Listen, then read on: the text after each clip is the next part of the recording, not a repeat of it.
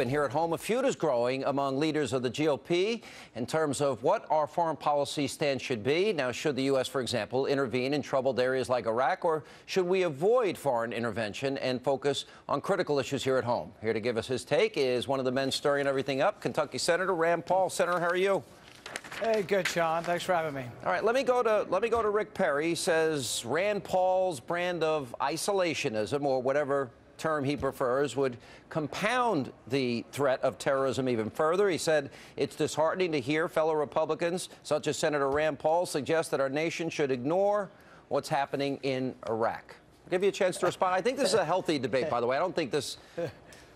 Well, you know, it might be healthy, but that sounded like a bunch of name-calling to me, Sean. I'm happy to talk about the specifics. I think that the situation with ISIS has become worse because they have a terrorist wonderland over in Syria where they're organizing and coming up into Iraq. One of the curious things about ISIS is, do you know who the one country that's bombing them and trying to put them out of business? It's Syria. But we're supporting Islamic rebels in Syria against them. But what I would say to people who want to criticize me and call me names is, do they want to put troops back in?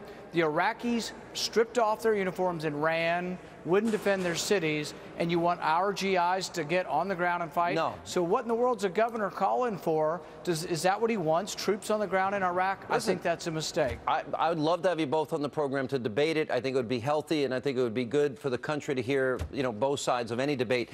I did have a disagreement with you, and I discussed it a little bit the last time you were on the program. You said you didn't blame Obama for Fallujah and Tikrit and Mosul and all these cities falling that our brave men and women fought and many died for. Yeah, but that's not exactly accurate, Sean. I don't say I don't blame Obama, because I do blame Obama for emboldening ISIS in Syria by giving arms to the Syrian Islamic rebels. So I do blame him for that. But you said you didn't blame him for what was happening in Iraq. Well, well, hang on. You said you didn't blame him for what was happening in Iraq, but you said at a war we shouldn't have been in. But I did say also that his speech at West Point, where he said that jihadists and terrorism are on the wane, I don't agree with that. But I do say that his war in Libya and his arming of Islamic rebels in Syria have made the jihadists emboldened. There's more numerous, and they are more a threat to America. So it's unfair for people like Governor Perry to say I'm ignoring the situation or not conscious of this. I am very conscious of this. Not only that, I think the primary responsibility of the federal government is to defend our country and to defend our interests. And I have said that Maliki is an ally, the government of Iraq is an ally, and that we will support them. But I have said that troops on the ground is a mistake, and it's a very confusing situation. At this point. I blame Obama in this way. We had those cities. We had an emerging democracy, albeit not perfect, but emerging.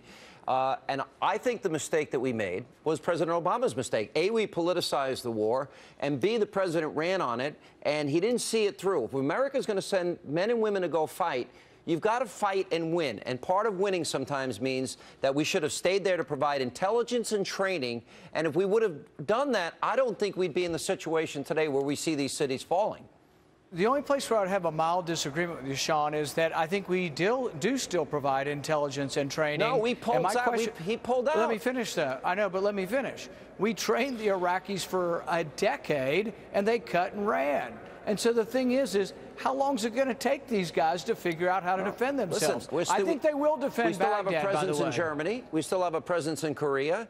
Yeah, but I don't think we're stopping war in either place, really. But I think the intelligence and training, if we still stayed there to do those two specific things, and I've talked to a lot of generals, and they seem to agree with me that pulling out early was the big mistake that Obama made because we politicized another war. Right.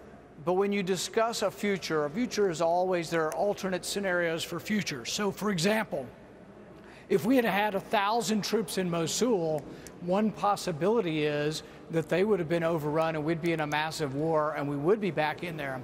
If we want to clean up the cities that have been taken, it would take the equivalent of a surge. The military surge did work. It would take 50 to 100,000 troops. I don't think the American people, frankly, I think if you have 100 GIs on your show, they're not allowed to do this. But if they were, I think most of them would say they're not interested in going back into Iraq to fight where the Iraqis won't fight. I got to say goodbye. Thank you for being with us. Appreciate it. And coming up next tonight, right here on Hannity.